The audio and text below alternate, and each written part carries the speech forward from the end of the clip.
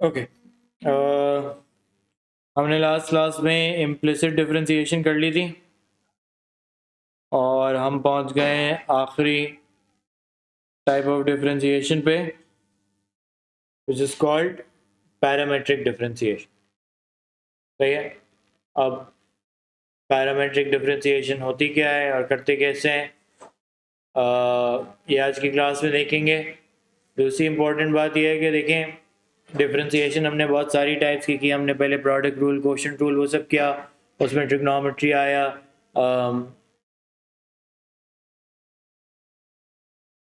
और फिर जो है वो हमने इम्प्लिसिट डिफरेंशिएशन भी की और पैरामेट्रिक पे पहुंचे। सही है। पेपर के अंदर आपको नजर आएगा कि हर पेपर में या तो प्रोडक्ट रूल या क्वोशिएंट रूल तो ज़रूर पूछा होता है, क्योंकि अभी हम इम्प्लिसिट भी जब कर रहे थे तो उसके अंदर भी प्रोडक्ट रूल आ गया था। सही है। और ये जो बाकी दो टाइप्स ऑफ डिफरेंशिएशन आपने किए हैं पिछली क्लास में इम्प्लिसिट और इस क्लास में पैरामेट्रिक, इसमें से कभी किसी पेपर में इम्प्लिसिट आ जाती है, फिर अगले साल में पैरामेट्रिक आ जाती है, फिर दोबारा इम्प्लिसिट आ जाती है। कभी ऐसा भी होता है कि किसी पेपर में दोनों भी ना आए, क्योंकि उसमें दूसरी टाइप्स ऑफ डिफरेंशिएशन बहुत सारी पूछी हुई होती हैं। सही है। So this is not a topic that is tested all the time, but when ever its tested वो आता है इसी फॉर्मेट में। सही है। इसके टिपिकल क्वेश्चंस होते हैं। जैसे पिछली क्लास में हमने इम्प्लिसिट के टिपिकल क्वेश्चंस देख लेते हैं, या तो स्टेशनरी पॉइंट निकालो या ग्रेडियंट ऑफ द कर्व निकालो, वो इक्वल्स टू 0 रखना है या सॉल्व करना है, जो भी करना है। सही है। आज पैरामेट्रिक देखते हैं। पहले ये कहता है कि when x and y are related by a third variable,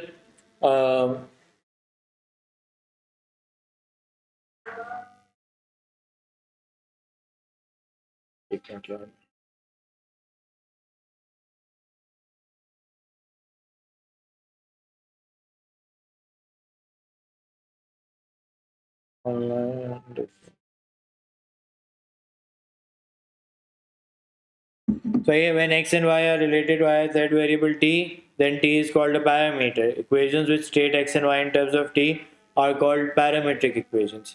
Implicit में हमने क्या देखा था कि वेरिएबल्स ऐसे जुड़े हुए हैं कि वो सेपरेट नहीं हो पा रहे भाई हमसे, तो हम उनको इम्प्लिसिटली डिफरेंशिएट करते थे। पैरामेट्रिक में ऑपोजिट होता है कि वेरिएबल्स ऐसे सेपरेट हुए हुए हैं, एक्स अलग डिस्क्राइब हुआ है, वाई अलग डिस्क्राइब हुआ है, एंड उनको जोड़ना या तो इम्पॉसिबल सी बात है, या फिर जोड़ भी जाए तो बहुत कॉम्प्लिकेटेड एक्सप्रेशन बना देते हैं। तो बेहतर यही है कि दोनों को अलग अलग डिफरेंशिएट किया जाए और फिर डिफरेंशिएशन को किसी तरह कंबाइन किया जाए। सही है। तो पहली तो बात यह है कि मैं अगर एग्जाम्पल 1 पे आऊँ, तो एग्जाम्पल 1 में मेरे पास दो तरह के एक्सप्रेशन है ना। ये क्या है, x equals to 2t cube. तो जब मैं इसको डिफरेंशिएट करूंगा, मुझे बताओ क्या आ जाएगा मेरे पास। dx ओवर dt बनेगा 6t square. Everybody agrees with that. और इसी तरह अगर कासिम ये इसको डिफरेंशिएट किया जाए तो ये बनाएगा dy ओवर dt। कितना बनाएगा, 10t माइनस 0। अब dx ओवर dt अलग हो गया, dy ओवर dt निकालना तो dy ओवर dx था भाई। तो as में हम चेन रूल पढ़ते थे एक, सही है, रेट ऑफ चेंज में हमने पढ़ा था चेन रूल। अब सबके चेन रूल पढ़ने का अलग अलग तरीका होता है, ये बात मैं पहले भी बता चुका हूँ। सही है। तो मैं किस तरह पढ़ाता हूँ, बताओ, मैंने कहा मुझे dy बाई डी एक्स निकालना है, तो मेरे लिए सिंपल सी बात होती है कि मैं न्यूमरेटर में भी dt को इंट्रोड्यूस करा देता हूँ और डिनोमिनेटर में भी dt को इंट्रोड्यूस करा देता हूँ। यानी dy ओवर dx कैसे निकलेगा, dy over dt divided by dx over dt। सही है। dy ओवर dt तुमने क्या निकाला, 10t, और dx ओवर dt तुमने क्या निकाला, 6t स्क्वायर। तो ये रिड्यूस होके क्या बन गया, 5 ओवर 3t बन गया। सही है।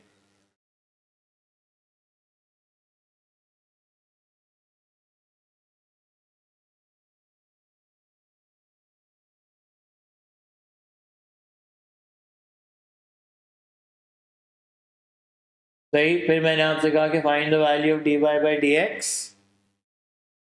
पार्ट 1 हो गया था, पार्ट ए हो गया था, और पार्ट बी में मैंने आपसे कहा कि find the value of dy by D x when x equals to -16। अब dy बाई डी एक्स की वैल्यू निकालने के लिए मुझे किसकी वैल्यू चाहिए होगी? मुझे तो t की वैल्यू चाहिए होगी, x की वैल्यू से तो काम नहीं चलेगा। तो t की वैल्यू कहाँ से लेकर आऊँ? अपने ओरिजिनल क्वेश्चन को देखूँ, x equals to 2t cube था।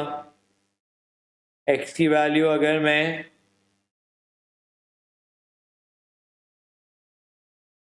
-16 लगा दूं तो t की वैल्यू आ जाती है cube root of -8। Cube root of -8 calculator पे क्या बताता है? -2। भाई तो अब क्या dy बाई डी एक्स निकाला जा सकता है? क्या मैं कह सकता हूँ 5/3 टाइम्स -2? सही है।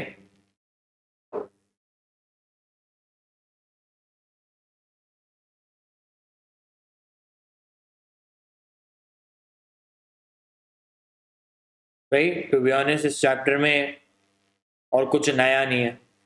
मैं दोबारा से वही सारी कहानियाँ खोलूँगा, कभी टेंजेंट बनाऊंगा, कभी स्टेशनरी पॉइंट निकालूंगा, उसकी अलग अलग वैरायटी अभी मैं आपको क्वेश्चंस में दिखाऊंगा।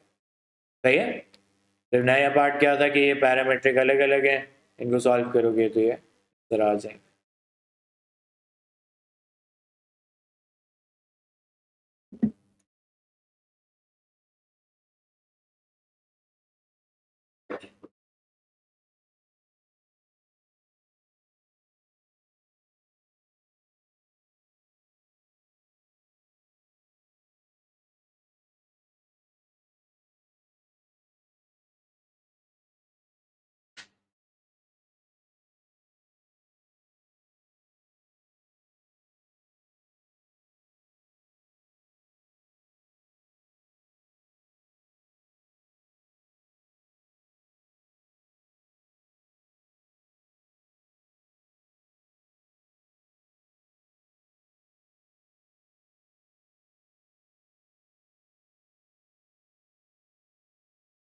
चले आगे दूसरा एक दो और सवाल देखते हैं। उसने कहा था parametric equation of a curve और this and that show that D Y over D x equals to -2t power -3। तो ये तो बहुत सिंपल सा सवाल है, जल्दी से इसको सॉल्व कर लेते हैं। D x over d t क्या आ जाएगा? 0 + 1, तो ये 1 आ गया। इसी तरह y को डिफ्रेंशिएट करने के लिए पहले t को ऊपर लाना पड़ेगा, तो D Y over d t क्या बनेगा? -2 नीचे आएगा, एक पावर कम होगी, -0। तो D Y over D x अभी मैंने आपको क्या सिखाया? It's basically d Y over d t divided by D x over d T.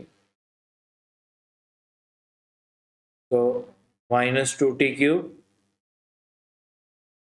Over 1, सही है, -2t पावर -3 हो जाएगा।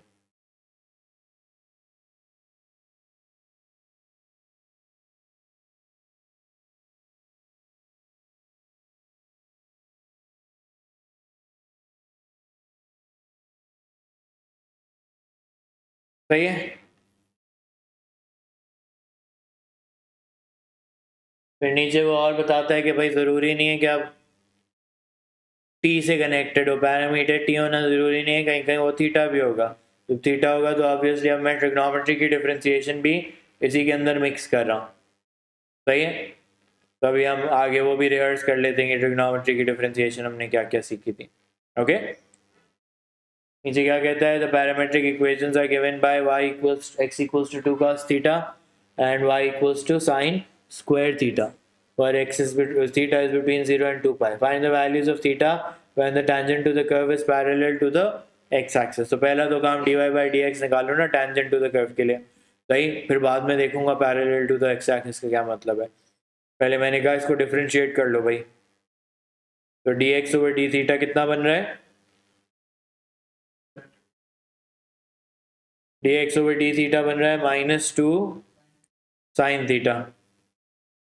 और इसी तरह अगर मैं y equals to sine square theta को डिफरेंशिएट करूं,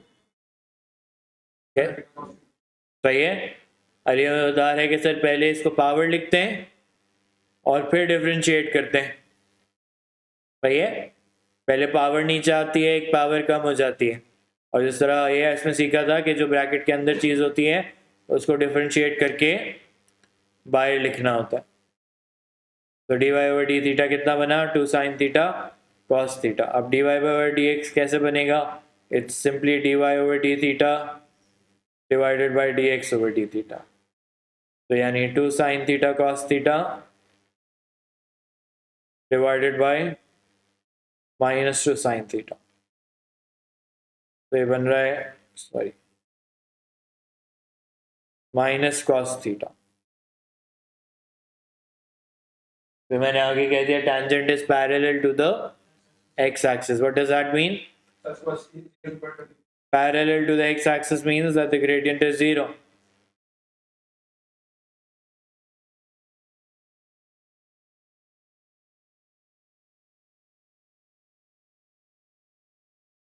तो मैं 0 माइनस 0 तो कुछ नहीं होता, तो cos थीटा इक्वल्स टू 0. याद है 0 में कैसे सॉल्व करते थे? हमेशा मैंने पहले सिखाया है कि क्वाड्रेंट्स पहले मार्क करो. 0 में कौन से क्वाड्रेंट्स मार्क करोगे? सारे ए एस टी सी सब मार्क हो जाएंगे. क्यों मार्क हो जाएंगे? क्योंकि 0 जो होता है वो न्यूट्रल होता है. सही है ना? पॉजिटिव होता है ना नेगेटिव होता है. So cos inverse of 0, cos inverse of 0 is radians में पाई ओवर 2. तो क्वाड्रेंट 1 का आंसर आ जाएगा पाई ओवर 2. क्वाड्रेंट 2 का आंसर आ जाएगा pi minus pi over 2, which is also pi over 2. Quadrant 3 का आंसर आ जाएगा pi plus pi over 2, which is 3 pi over 2. Quadrant 4 का answer आ जाएगा 2 pi minus pi over 2, which is 3 pi over 2. Okay?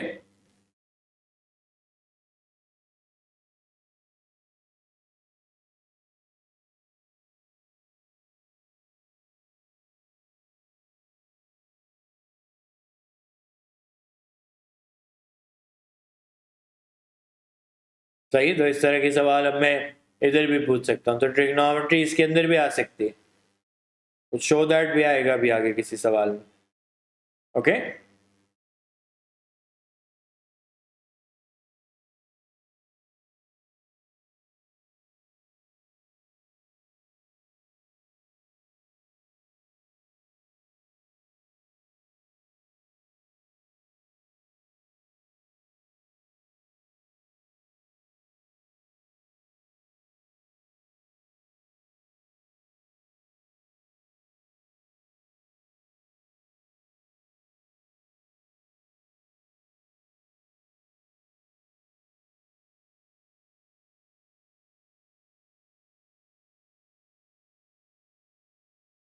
लिख लिया? अब पहले मुझे बता इस सवाल में डिफरेंट क्या है. ए दिया हुआ है. And what is a? A is a constant. तो जिस तरह नंबर्स का काम होता है डिफरेंशिएशन में, उस तरह ये भी काम करेगा. ये नहीं है कि ए को डिफरेंशिएट करना है. अगर ए कांस्टेंट है तो डिफरेंशिएट होकर 0 हो जाएगा.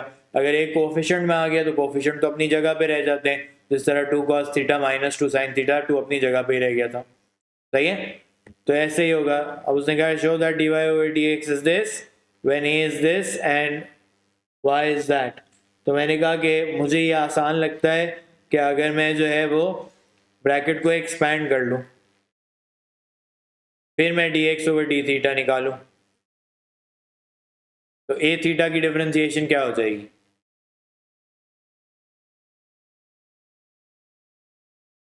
a. ये बात समझ आती है? सही है. फिर a sin थीटा की डिफरेंशिएशन क्या हो जाएगी? a cos theta. सही है? You can do that too. वो लोगों को कंफ्यूजिंग लगता है इसलिए मैं नहीं करता.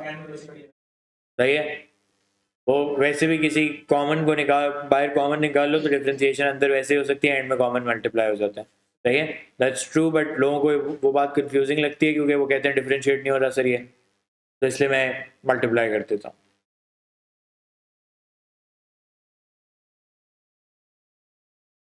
So dy over d theta will be 0 minus a minus sin theta, which is a sin theta.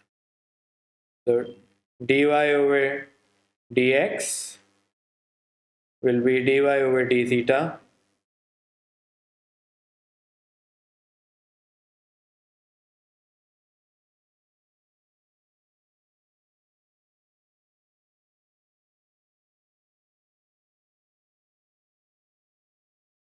सही है, ए कॉमन नजर आ रहा है तो कॉमन निकाल के कैंसिल कर दें तो प्रूव हो जाएगा।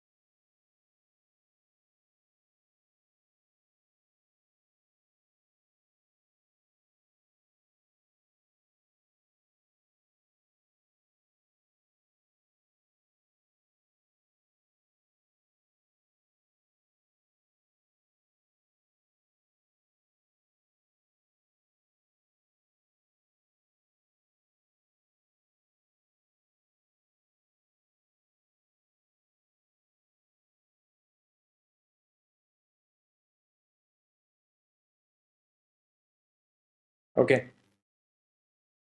चले आगे।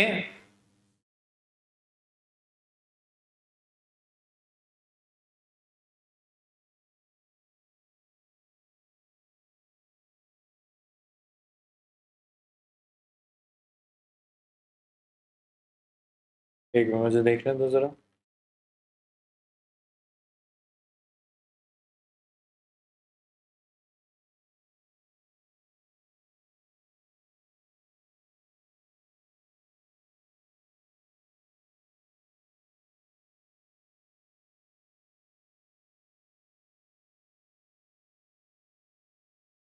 सही है, चलिए जल्दी जल्दी करते हैं ताकि सारे हम कर लें।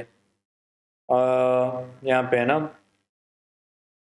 either the parametric equation of a curve or x equals to 1 plus 2 sine square theta and y equals to 4 tan theta. Find dy over dx. तो वही काम करना है, लेकिन मुझे पता है कि ये जो पावर्स होती हैं मुझे बॉदर करती हैं, इसलिए पहले मैं इनको एज अ होल स्क्वायर लिखता हूँ और फिर मैं डिफ्रेंशिएट करता हूँ। 0 plus 4 sine theta power 1 into cos theta. सही है, इसी तरह y equals to 4 tan theta है तो dy ओवर डी थीटा क्या बनेगा? 4 sec स्क्वायर थीटा। सही है, theta is between pi over 2 and 3 pi over 2। हम देख लेते हैं बाद में उसका क्या काम है।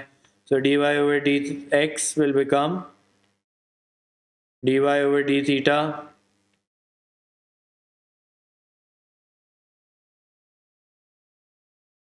so 4 sec square theta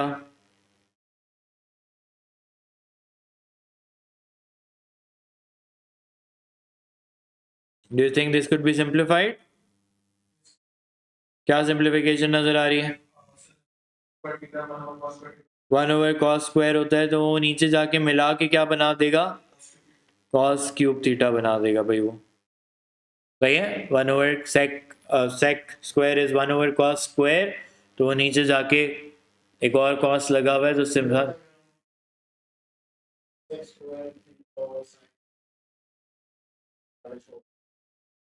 तो भी कोई मसला नहीं है। सही है,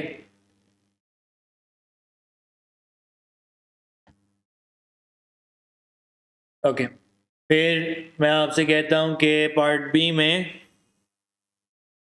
find the coordinates of the point on the curve where the tangent is parallel to the y-axis. Tangent is parallel to the y-axis, ये लास्ट क्लास में भी सीखा था।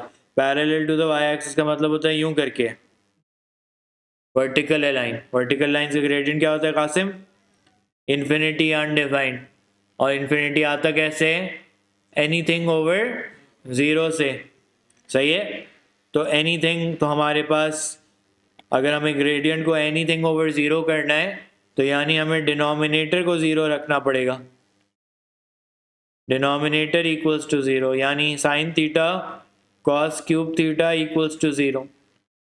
दो फैक्टर्स होते हैं तो हम हमेशा क्या करते हैं, हम कहते हैं either this equals to zero और दैट इक्वल्स टू ज़ीरो।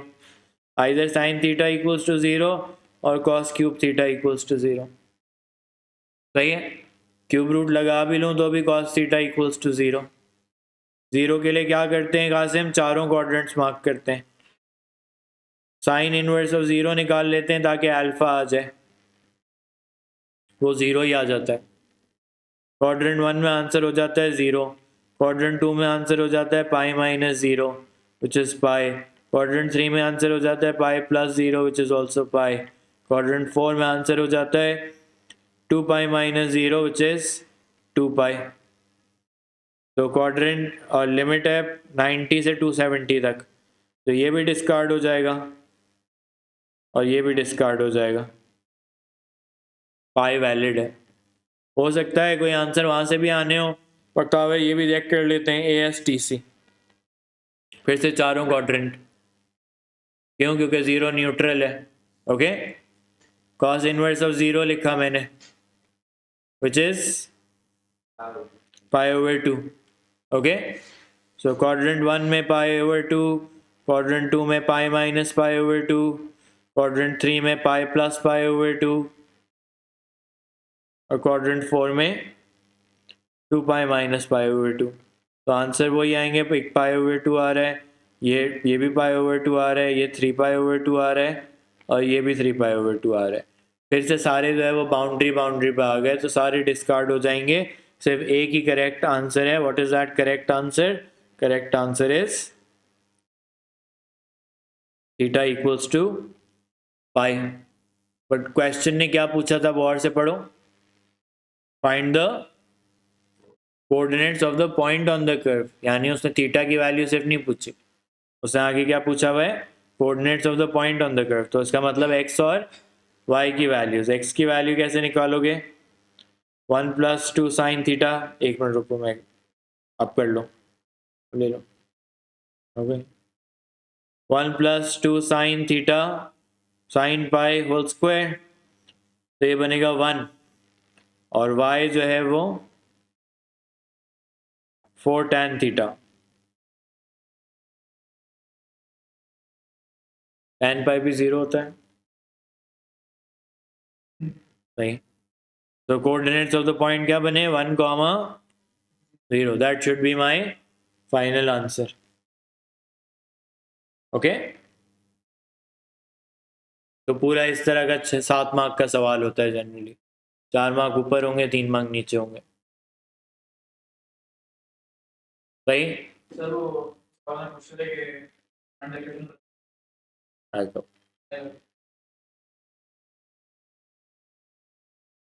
उसमें शो दैट करना होता है, वो मुश्किल होता है।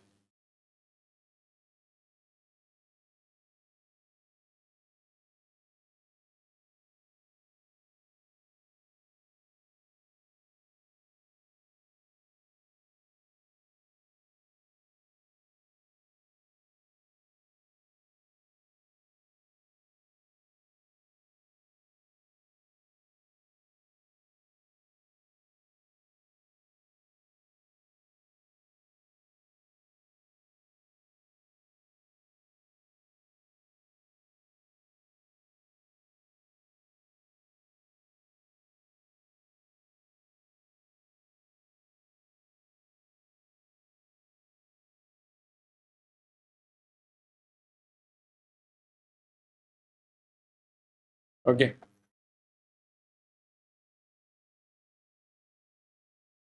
पास पेपर के सवाल आहिस्ता आहिस्ता आना शुरू होंगे, ये पहला वाला तो आसान है, जल्दी से देख लेते हैं। अब एलएन की भी डिफरेंशिएशन करनी है। Okay, so x equals to 1 plus ln t minus 2 और y equals to t plus 90 power minus 1।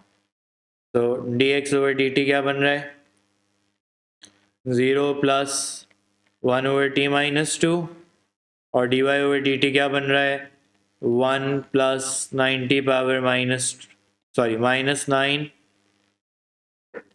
90 power minus 2।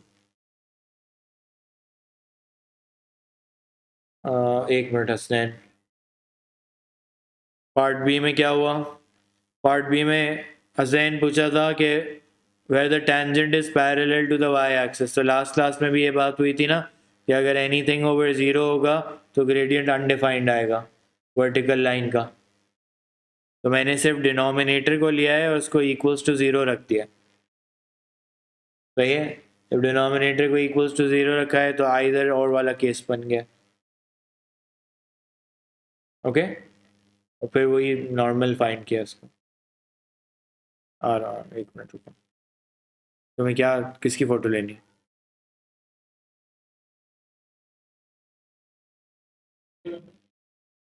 Show करना है dy over dx equals to t square minus 9 over t into t minus 2 over t square। सही है?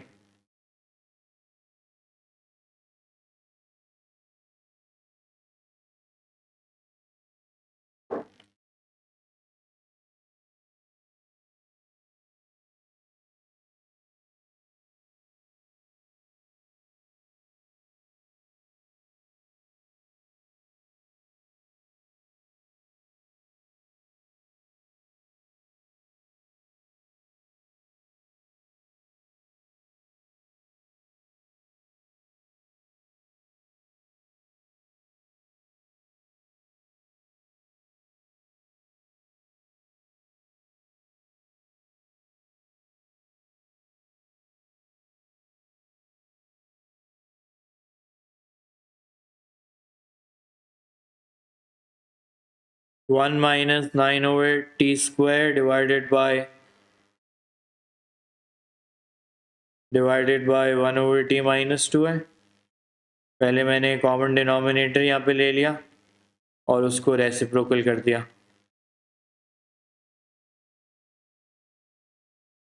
ये बन गया T square minus 9 into T minus 2 over T square.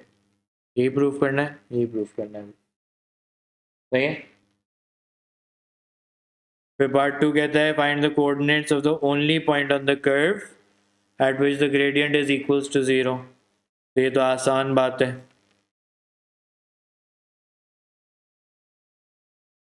Cross multiply हो गया, ये तो ख़त्म हो गया। फिर मैं क्या कह दूंगा, आइदर दिस इक्वल्स टू 0 और that equals to 0। T equals to 2 और टी स्क्वायर इक्वल्स टू 9। टी की वैल्यू 3 और टी की वैल्यू -3। कौन सी वैलिड है भाई? टी इज ग्रेटर देन 2 कहा था। सही है, so just T is greater than 2 पे कौन सी वैल्यू आएगी? क्योंकि वो नॉन सही है, बिल्कुल। You can not, that's the reason they are getting discarded honestly, कि यहाँ पे अगर तुम -3 लगाओगे तो इनवैलिड आ जाएगा, 2 लगाओगे तो भी इनवैलिड आ जाएगा। ओके,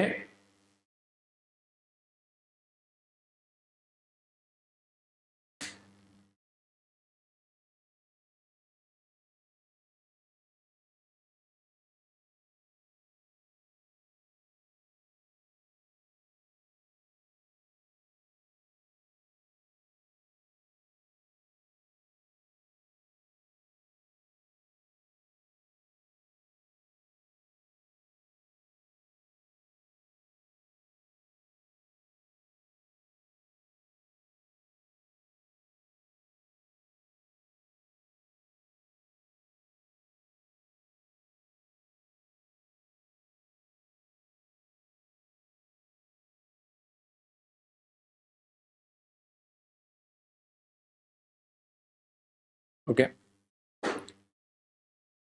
आगे चलें। हो गया ना, क्योंकि t has to be greater than 2। और अच्छा, उससे कोऑर्डिनेट्स कहे थे, मैंने कोऑर्डिनेट्स नहीं निकाले वैसे।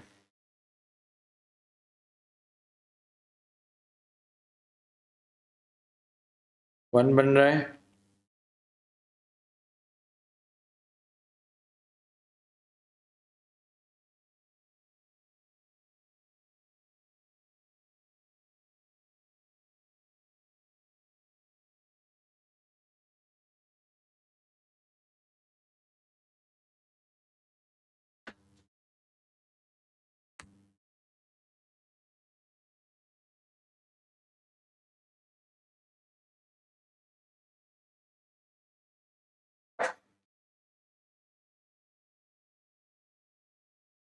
सही है, आगे बढ़े।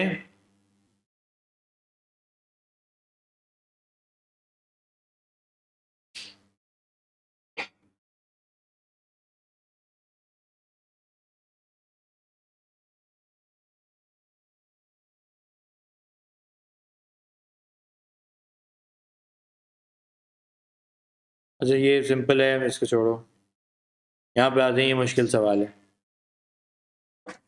सही है, और इसमें शायद थोड़ी सी जगह कम पड़ेगी। ये कहते हैं the parametric equation of a curve are 6 sin square t y equals to 2 sin 2t plus 3 cos 2t. The curve crosses the x-axis at the points B and D, and the stationary points are A and C as shown in the diagram. Show that dy over dx equals to 2 over 3 cot 2t minus 1. सही, अभी तो show तो dy over dx को ही करना है। पहले हम x को डिफरेंशिएट कर लेते हैं, तो dx over dt क्या बन रहा होगा बताओ? 12 sin t cos 12 sin t power 1 into cos t, ऐसा ही है। और y equals to 2 sin 2t plus 3 cos 2t है, तो dy over dt क्या बनेगा? ये बनेगा 2 cos 2t into 2 sin f of x की डिफरेंशिएशन होती थी cos f of x into f bar of x। नहीं नहीं कोई मसला नहीं, मैं सिर्फ शो करने के लिए कि मैंने पावर रूल लगाया। सही है, फिर 3 क्या आगे minus sign 2t into 2 into 2 समझ आ रहे हैं ना क्यों कर रहा हूँ? एंगल को डिफरेंशिएट करना होता है आगे। तो dy over dx क्या बनेगा? dy over dt divided by dx over dt।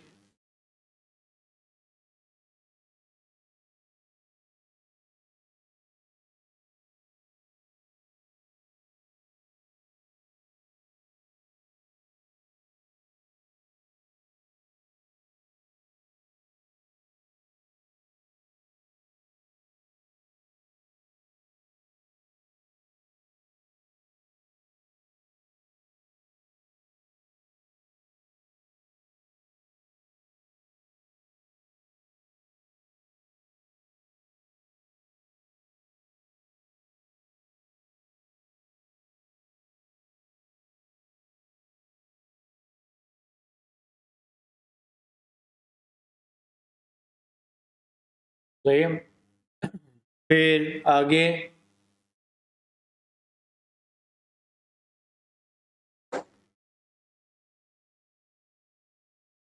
मैंने लिखा dy over dt बन रहा है 4 cos 2t minus 6 sin 2t divided by 12 sin t cos t। सही है, शो तो कुछ और करना था भाई। क्या शो करना है? cot 2t, cot आता है cos over sin करके। क्या करूं?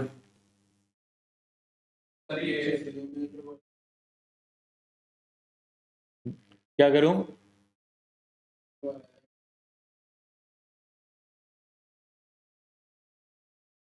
लेकिन ये अभी कासिम 2t है और ये t है। तुम वो तो सही कह रहे हो, लेकिन तुम पहले मुझे ये बताओ कि 2t को 2t कैसे बनाओ?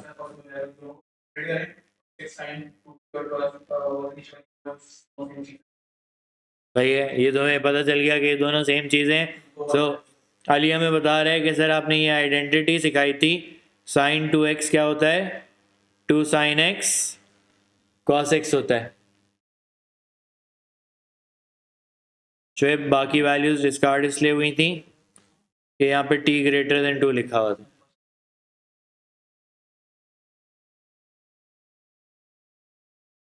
सही है,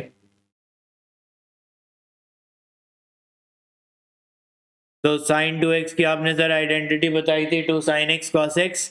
तो अकावर मुझे क्या ये डिनोमिनेटर में लगती हुई नज़र आ रही है? जब भी मुझे साइन टी कॉस टी, अब साइन एक्स कॉस एक्स एक जैसा नज़र आता है तो मुझे यही वाली आइडेंटिटी याद आती है।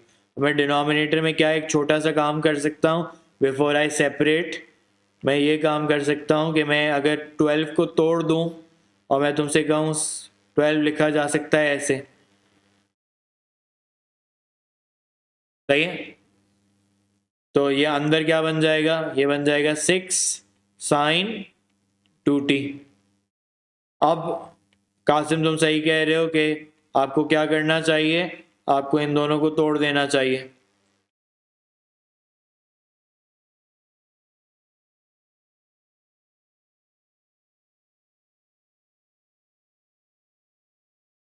ओके,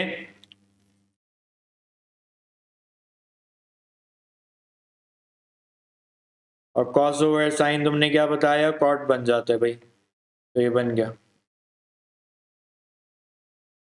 सही है, पहला पार्ट हो गया हमसे। ये पास पेपर का ही एक सवाल है मेरे ख्याल से।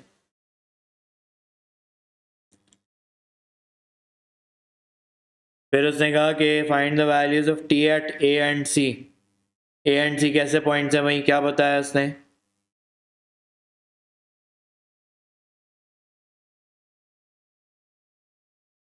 ए and T are, A and C are, what is the question से?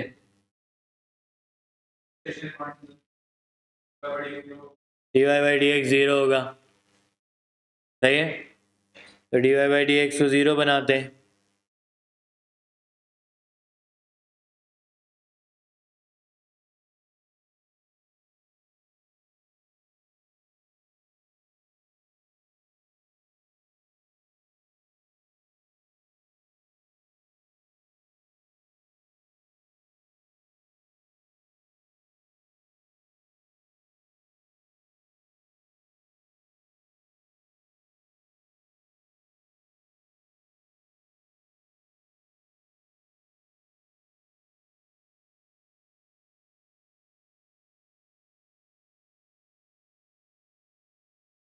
सही है,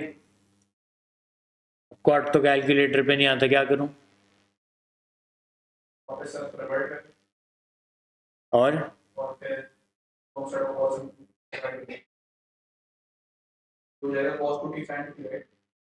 मेक इट इजियर, tan बन गया तो ज्यादा आसान रहेगा ना, सही है? तो tan 2t is equals to 2/3। Okay, ये कौन से क्वाड्रेंट्स मार्क करूं? ए और टी वाले, सही है, पहला और तीसरा। तो अल्फा आ जाएगा tan inverse of 2/3। What is that on a calculator? 0.588। सही है, तो क्वाड्रेंट 1 में आंसर आ रहा है 2t इक्वल्स टू 0.588। क्वाड्रेंट 3 में आंसर आ रहा है 2t इक्वल्स टू, यहाँ से t की क्या वैल्यू आ रही है?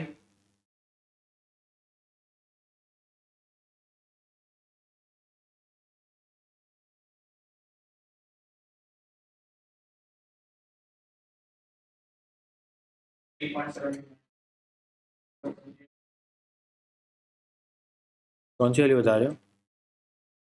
पहले t की वैल्यू सी बता, t की वैल्यू बताओ ना पूरी, डिवाइड बाय 2 भी होगा।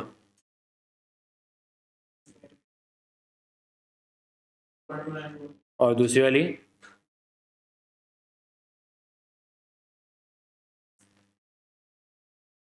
वन पॉइंट, तो उसने कहा था find the values of T at A and C giving each answer correct to 3 decimal places, वो हमने दे दिया।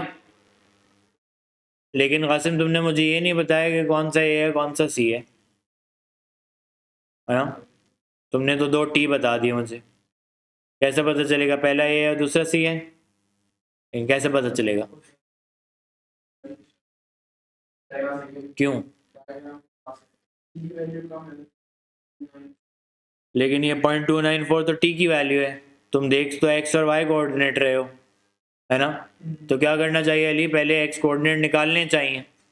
एक्स कोऑर्डिनेट कैसे निकालेंगे, इधर लगा के, जिसका एक्स कोऑर्डिनेट कम आएगा वो ए हो जाएगा, जिसका एक्स कोऑर्डिनेट ज़्यादा आएगा वो सी हो जाएगा। सवाल है प्लस लाइक में लिखा होता है ना सवालों में, तो उसके अंदर प्लस 2 पाई ऐड करते हैं, तो सवाल करेंगे।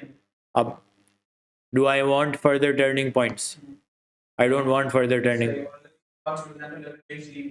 0 to 360 लिखा होता तो फिर तुम 2 करते, और जो 2t के आंसर आते हैं उनको डिवाइड बाय 2 करते, उसको 2 साइकिल कहते हैं। अभी तुम एएस की क्लास में हो ना, तो ट्रिग्नोमेट्री में सीखेंगे अभी, सही है। यहाँ वाली क्लास में मैं सिखा चुका हूँ, तो मैं रिकॉर्डिंग उसमें मिल जाएगा। ओके,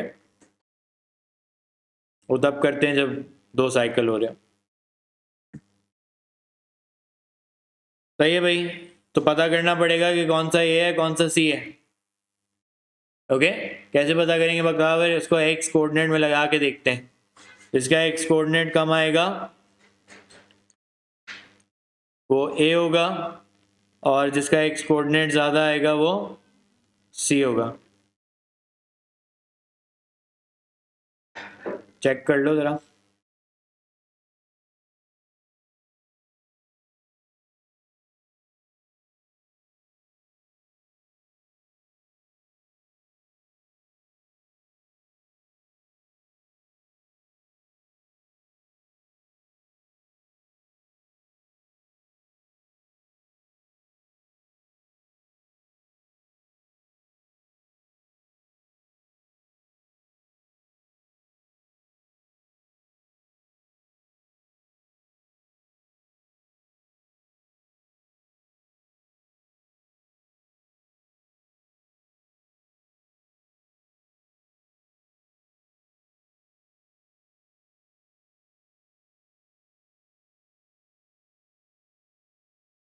ओके, इसे चेक किया क्या आ रहे हैं एक्स कोऑर्डिनेट्स। 5.9 आ रहा है। नीचे वाला और ऊपर वाला तो कम आएगा ना, तो this has to be A and this is C. सही है, find the values of T at A and C कहा था ना, तो मैंने फाइंड कर ली। फिर find the value of the gradient of the curve at B. Gradient of the curve at B, तो dy ओवर dx तो है, इसमें t की कोई ऐसी वैल्यू लगानी पड़ेगी जिससे b आ जाए भाई, b का ग्रेडियंट आ जाए, यहाँ वाला ग्रेडियंट आ जाए। अब b कैसी लाइन, b कैसा पॉइंट है, और x 0 है वहाँ पे, x 0 नहीं है, सॉरी y 0 है, y 0 है भाई, इट्स एन x इंटरसेप्ट। सही है, तो y 0 कर दो भाई, तो यहाँ से t की वैल्यू निकालो और वहाँ पे जाके लगाओ, है ना। बहुत लंबा सवाल है भाई, पास पेपर का है, 11 मार्क का। सही है, लेकिन इसमें देखना एक कहानी, यहाँ पे छोटी सी कहानी देखें। ये मैंने कहा कि मैं ये सारी वर्किंग क्यों कर रहा हूँ, फॉर बी कर रहा हूँ। सही है, अब एक काम मैं अली ये कर सकता हूँ कि ये सारी सिचुएशन मेरे पास आई, तो मुझे ये नज़र आया कि टी की वैल्यूज़ निकालनी है। अब फिर से कासिम मैं यहाँ तो क्वाड्रेंट्स फाइंड कर सकता हूँ, सही, लेकिन मुझे पता है यहाँ से जो भी टी की वैल्यू निकलेगी वो कहाँ जाके रखनी है, उधर जाके रखनी है, ग्रेडियंट में रखनी है। अब रिलेशनशिप देखो, यहाँ से तुम्हारे पास tan 2t की वैल्यू निकल रही है, क्या तुम डायरेक्ट नहीं लगा सकते, लगा सकते हैं या नहीं। कॉट को अगर 1/tan कर दें, या अगर tan 2t की वैल्यू को इन्वर्ट कर दें तो -2/3 बन जाएगी ना। सही, तो cot 2t की वैल्यू क्या आ रही है, -2/3। तो मैंने बहुत सारी वर्किंग अली अवॉइड कर ली, I don't need to calculate T. सही, फिर वो 2t आते, उसमें भी पता करना पड़ता कौन सा b है और कौन सा d है ना, फिर b वाला लेके लगानी पड़ती, तो उससे बेहतर मैंने डायरेक्ट कर दिया। आपने तो ये चीज़ एग्जाम में नहीं करनी है। फिर तुमने नॉर्मल मेथड किया लंबा, कोई फर्क नहीं पड़ेगा, मैं तुम्हें शॉर्टकट बता रहा हूँ। ठीक है, मैं तुम्हें ये बता रहा हूँ कि sometimes in the past paper questions you will see some tricks as well. कुछ अलजेब्रा की ट्रिक्स हैं, जैसे ये भी बेसिकली एक अलजेब्रा ट्रिक है ना, तो मुझे एग्जैक्ट आंसर नजर आया, मैंने उसको लगा दिया वहाँ पे। सही है भाई, समझ आ रहे हैं सवाल? ये एक मुश्किल सा सवाल मैंने आपको कराया, सही है, टू शो यू कि भाई पैरामेट्रिक डिफरेंशिएशन में मुश्किल हो सकती है। तो क्या इंपॉर्टेंट था कि मैंने इसमें बहुत सारी ट्रिग्नोमेट्री भी चेक कर ली, सही है। और वो आगे जाके आज मैंने सुबह जो है ना वो अपनी क्लास में numerical solutions to equation, integration के बाद डिफरेंशियल आता है, डिफरेंशियल के बाद एक और टॉपिक आता है, वहाँ पे वो मैं करा रहा था, उसमें भी बच्चे ही कह रहे थे सर इस चैप्टर में भी ट्रिग्नोमेट्री, तो पूरा P3 जो है ना उसका सिलेबस ट्रिग्नोमेट्री पे ही बिल्डअप हुआ है।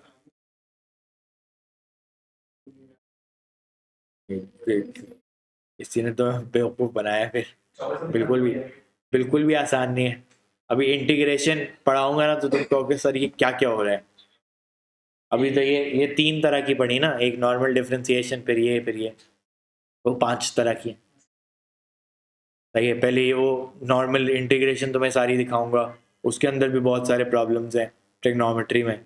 फिर उसकी integration by substitution, integration by parts, integration by partial fractions, सब अलग अलग। फिर टैन इनवर्स भी आ जाएगा उसमें, है ना, टैन इनवर्स भी आएगा अभी तो इसके अंदर, टैन इनवर्स की इंटीग्रेशन और डिफरेंशिएशन। अगर पॉसिबल लेगा तो उसके अंदर ये एक्स का ना उसका डिफरेंशिएशन में, इंटीग्रेशन में, डिफरेंशिएशन एंड इनवर्स की भी डिफरेंशिएशन। हाँ तो अभी सिखाऊंगा, मैंने सिखाई नहीं है ना वो, मैं generally in differentiation and integration of tan inverse एक साथ सिखाता हूँ, तो वो इंटीग्रेशन के चैप्टर के अंदर है। ओके,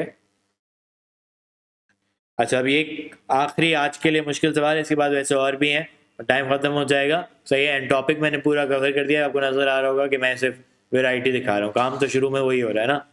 सही है, ये एक मुश्किल सवाल है तो ये भी करके देख लेते हैं। इसको भी कासिम फिर से डिफरेंशिएट करना होगा तो ऊपर लाना पड़ेगा।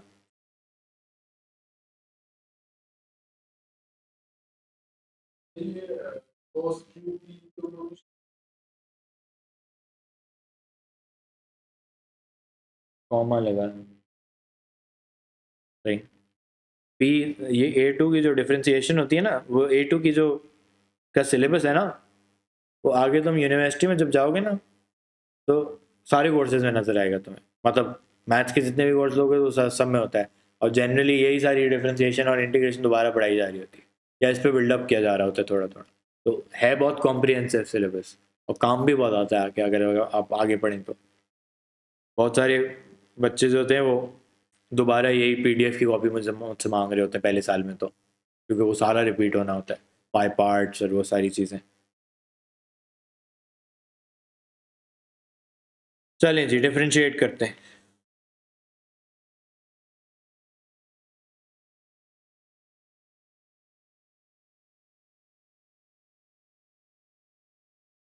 तो ये देख लें सबको समझ आई। और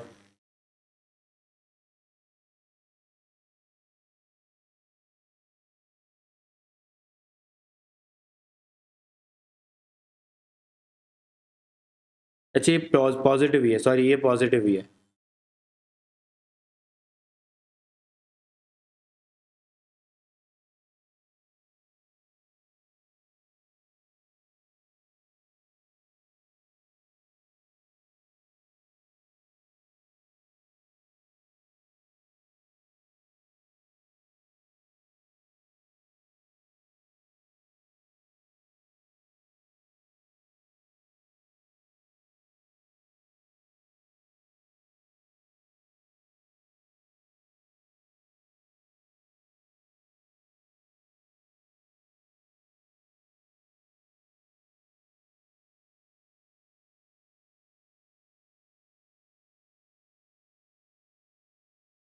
सही है, इसको काफ़ी हद तक सिंप्लीफाई कर लेना चाहिए, डिवाइडेड बाय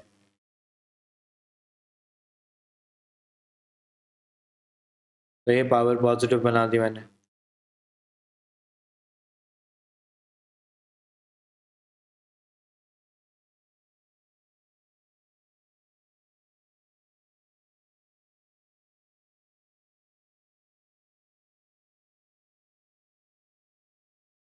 तो मुझे बहुत सारी चीज़ें कैंसिल होती हुई नज़र आ रही हैं।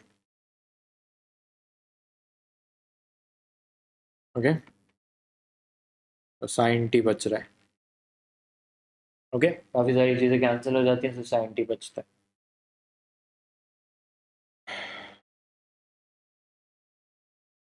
तो पहला पार्ट तो मैंने आपको आसानी से प्रूव कर दिया 4 मार्क्स के लिए।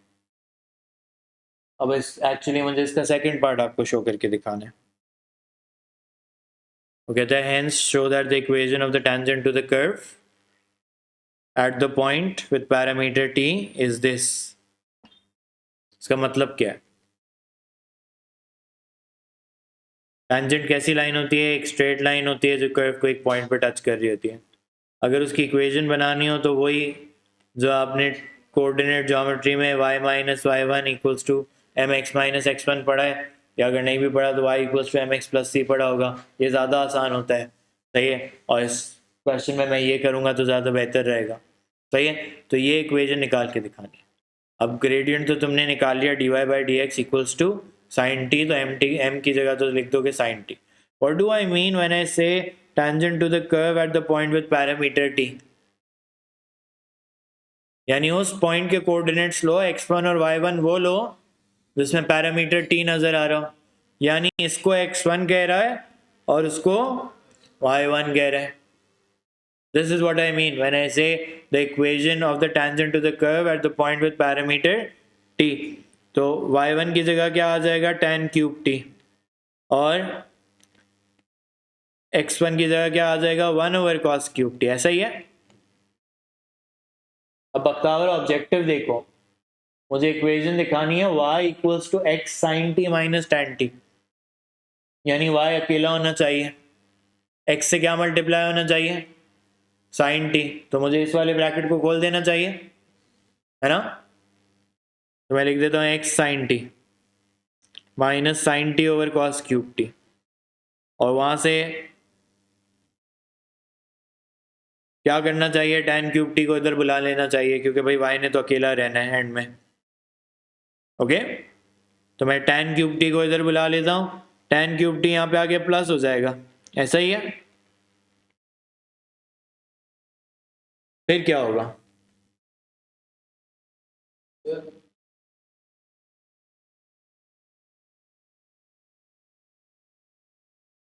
तो साइन और cos और tan डिनोमिनेटर में cos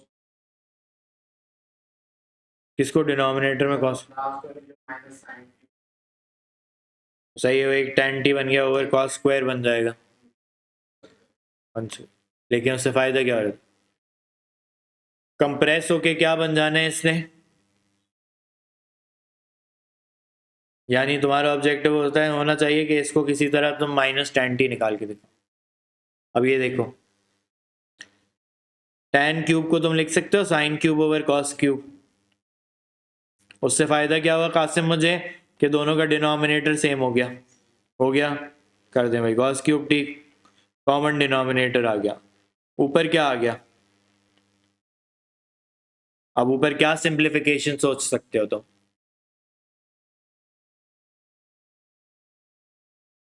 वो कॉमन ले कॉमन ले सकता हूँ, गुड। साइन टी को कॉमन ले लूं तो ये बनेगा sine square T minus one. फिर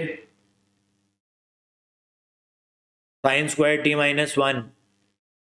जैसे एक वो यानी कॉमन हाँ, डबल यानी कॉमन तो ये आइडेंटिटी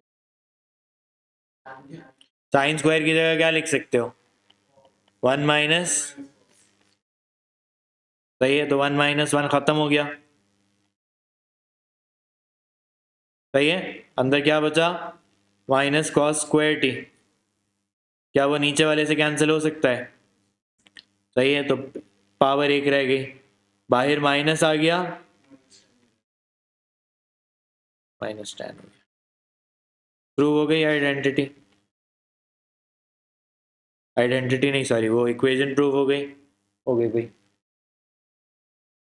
ट्रिग्नोमेट्री मैंने कहा ना, हर जगह है, सही है। तो यही वाला सवाल तुम पूछ रहे थे Ali, this was the kind of question you were asking me. सही है, इस तरह का, इसके तरह के 2 और हैं, ये होमवर्क के क्वेश्चंस में हैं। Okay, that brings us to the end of this chapter.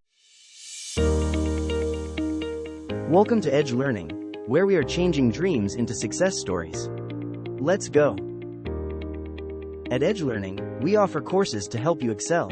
Whether you're preparing for the SAT, aiming for IBA and LUMS, need O and a level tuition, or IELTS coaching, we have the right program for you. Forget about boundaries. We offer learning anywhere, anytime.